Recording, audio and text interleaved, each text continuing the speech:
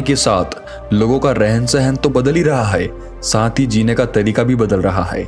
आज कई लोग ऐसे हैं जो या तो किसी मजबूरी में जैसे नौकरी इत्यादि के कारण अकेले रहते हैं, तो कुछ लोग ऐसे भी हैं जो बिना किसी मजबूरी के अपनी मर्जी से अकेले रहना पसंद करते हैं, अपने काम को सच्ची लगन से अकेले ही करते रहते हैं। जो लोग अपनी मर्जी से अकेले रहते हैं उनमें तो बहुत कुछ बुनियादी गुण होते हैं। ऐसे लोग जीवन में जल्दी ही बहुत कुछ हासिल भी कर लेते हैं। और दूसरी ओर ऐसे भी लोग होते हैं जो एक पल के लिए भी अकेला नहीं रह सकते। ऐसे लोगों का अकेला पड़ जाना जैसे अंधेरी काल कोठरी में जीवन भर के लिए किसी कैदी का पड़ जाना। फिर ऐसे लोग इस भागदौड़ भरी जिंदगी में उलझ जाते हैं क्योंकि इनको अकेला रहना पसंद नहीं, खुद के लिए समय ही नहीं, खुद के काम के लिए समय नहीं। फिर ऐसे लोग यह सोच के पछताते हैं कि काश इस भागदौड़ भरी जिंदगी से दूर होके खुद के लिए समय निकाल लिया होता तो आज ऐसे दिन नहीं आते। पर अकेला रहना हर किसी के लिए वाकई आसान काम नहीं है दोस्तों। और अकेले रहने का ये मतलब भी नहीं है कि हम अपने घर बार, परिवार, रिश्ते नातों, मित्रों से दूर रहें। अकेले रहने की भी एक कला होती है जो आगे हम इस कहानी में जानेंगे। हम कैसे एकांत में रहकर अपने काम को, अपने सम्मान को, अपनी प्रतिष्ठा को, अपने उज्जवल भविष्य को कैसे आगे बढ़ा सकते हैं। हम अकेले रहने के उन 7 अमूल्य गुणों के बारे में भी जानेंगे। तो दोस्तों कहानी बहुत ही मजेदार है, ध्यान से सुनिएगा। इससे पहले कि आप इस कहानी में खो जाएं, इस चैनल को सब्सक्राइब जरूर कर लें। एक व्यक्ति एक गुरु के पास आया और बोला, गुरुदेव मेरे दुख का कारण क्या है। गुरु बहुत ही बड़े आत्मज्ञानी व्यक्ति थे। गुरु ने कहा, अपने आप को चीजों से चिपका लेना, चीजों को पकड़ लेना और उन चीजों के प्रति आसक्त होकर उसके पीछे भागना ही तुम्हारे दुख का कारण है। उस व्यक्ति ने गुरु का धन्यवाद किया और कहा, गुरुदेव आपने तो मेरी समस्या का समाधान कर दिया।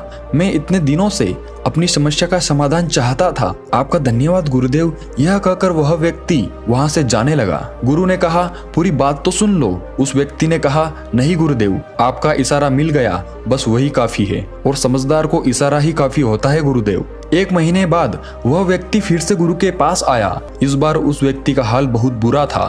वह बहुत दुखी था और सीधे गुरु के चरणों में गिर गया और कहा, गुरुदेव आपने जो कहा था मैंने वैसे ही किया, पर मुझे सुख नहीं मिला, मुझे तो और दुख मिल रहा है।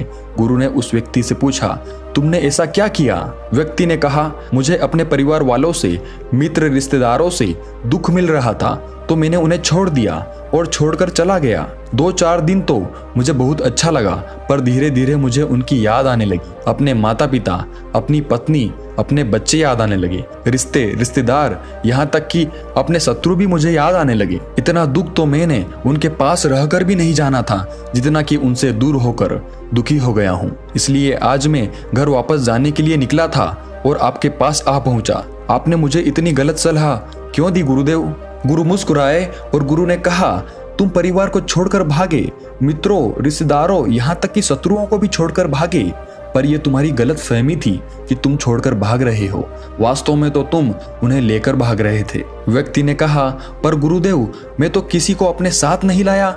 गुरु ने कहा, जो चीजें हमें दुख देती है वह कहीं बाहर नहीं होती, यहाँ तक कि जो हमें सुख देती है वह भी बाहर नहीं होती। यह सब परिवार वाले, रिश्तेदार, मित्र, शत्रु, यह कहाँ बसते हैं, यह सब हमारे मन में बसते हैं। और जब तुम भागे तो तुम अपने मन को साथ लेकर भागे और तुम्हारे मन में यह सब तुम्हारे साथ भागे, तो तुम इनसे कहीं दूर नहीं गए। जब जो चीजें मन में बसी हो और वह आसपास हो तो वह जो दुख देती है वह हमें बहुत लगता है, पर वह बहुत कम होता है। और जब हम इन चीजों से दूर हो जाते हैं, यानी छोड़कर भाग जाते हैं, तब मन उन चीजों को पाने के लिए फिर से प्रयास करने लगता है और तब यह चीजें बहुत ज्यादा दुख देती है, जैसे तुम्हें हो रहा है। व्यक्ति ने कहा, तो गुरुदेव मैं क्या करूं। चीजों के साथ रहूं तो दुख, चीजों को छोड़कर जाऊं तो दुख। क्या मैंने सिर्फ दुख उठाने के लिए ही जन्म लिया है। गुरु जोर से हंसे और कहा, यह बात बिल्कुल सत्य है। यहाँ सब सिर्फ दुख उठाने के लिए ही जन्म लेते हैं, पर यह भी सत्य है कि इन दुखों के पार सुख है और उन सुख के पार दुख है, फिर सुख और फिर दुख है। जिन चीजों में हमें सुख नजर आता है वह दुख देते हैं और जिनमें दुख नजर आता है वही सुख का कारण बन जाते हैं। उस व्यक्ति ने कहा, गुरुदेव क्या इस सुख दुख के मायाजाल से बाहर निकलने का कोई रास्ता नहीं है। गुरु ने कहा, रास्ता तो है। अगर तुम इसी दुनिया में रहना चाहते हो, इन सब के साथ रहना चाहते हो, तो तुम्हें एक काम करना होगा। तुम ऐसे ही रहो जैसे कि तुम इस दुनिया में अकेले हो। सबके साथ रहो पर अकेले रहो। व्यक्ति ने कहा, पर गुरुदेव यह कैसे हो सकता है? गुरु उस व्यक्ति को एक जगह पर ले गए जहां एक मेला लगा था और वहां बहुत भीड़ थी।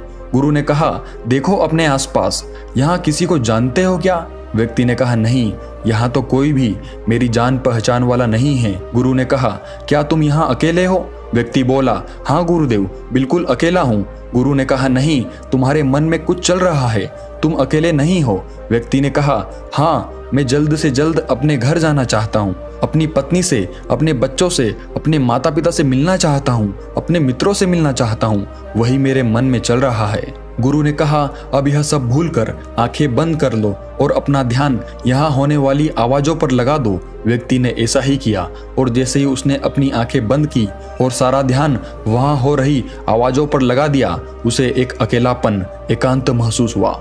उसे लगा कि वह इतनी बड़ी भीड़ में भी अकेला है। सभी आवाजों के ऊपर ध्यान लगाने के कारण किसी आवाज का कोई महत्व नहीं था, बस आवाजें थी और वह था। उसने अपनी आंखें खोली और कहा, गुरुदेव, यहाँ तो मैं बिल्कुल अकेला हूँ, सब है पर कुछ नहीं है। गुरु ने कहा, बस इसी तरह अकेला होना है तुम्हें। रहो सबके साथ पर भीतर से अकेले रहो। साथ में सब हो पर मन में कोई न हो। जिसने इस तरह से अकेला जीना सीख लिया, उसे कभी जीवन में दुख नहीं होते, उसे चीजें दुख नहीं देती, वह हर चीज में आनंद की प्राप्ति करता है। गुरु ने आगे कहा, महान सफलताएं अकेलेपन से ही शुरू होती है। अकेलापन ही हमें उनसे मिलाता है। अपने अकेलेपन को नकारात्मक मत समझना, बल्कि उसे एकांत समझकर खुद को जानने का प्रयास करो। जब तुम्हें एकांत पसंद आने लगे, तब इसका मतलब ये होगा कि तुम्हारा वास्तविक वजूद तुमसे मिलना चाहता है।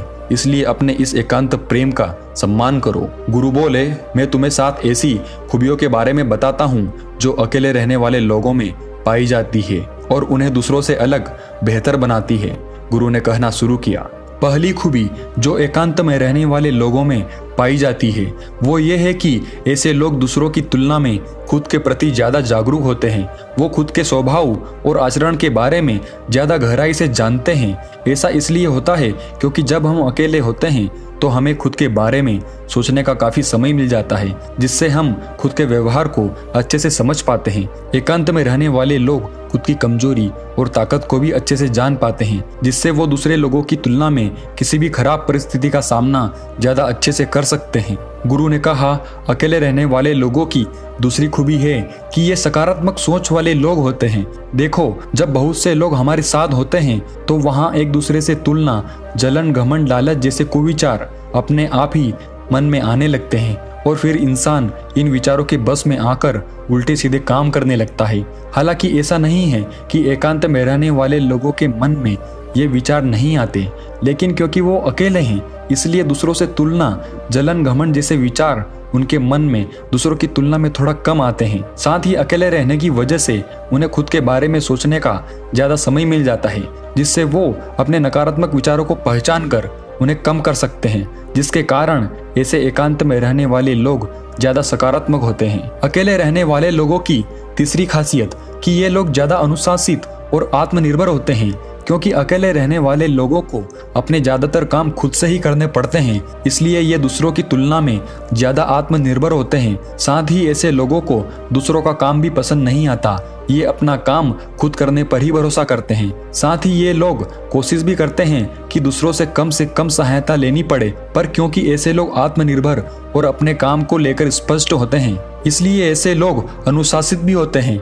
ये अपने समय की कदर करते हैं और दूसरों का भी समय बर्बाद नहीं करते।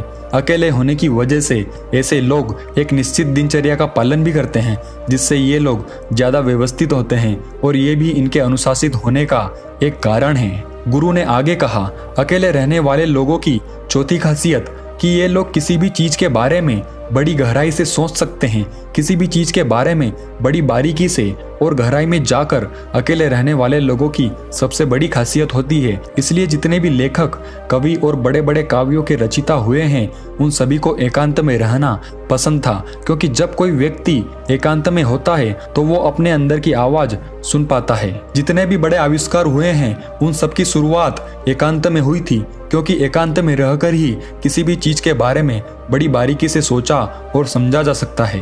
गुरु ने कहा, एकांत में रहने वाले लोगों की पांचवी खूबी ये है कि इनका व्यक्तित्व सबसे अलग, सबसे हटकर होता है। और वे लोग जो ज्यादातर दूसरे लोगों के साथ रहते हैं या अकेले रह ही नहीं पाते, वो कितनी भी कोशिश कर ले, लेकिन जाने अनजाने में ही सही, लेकिन दूसरों के व्यक्तित्व का कुछ हिस्सा उनके अंदर आ ही जाता है।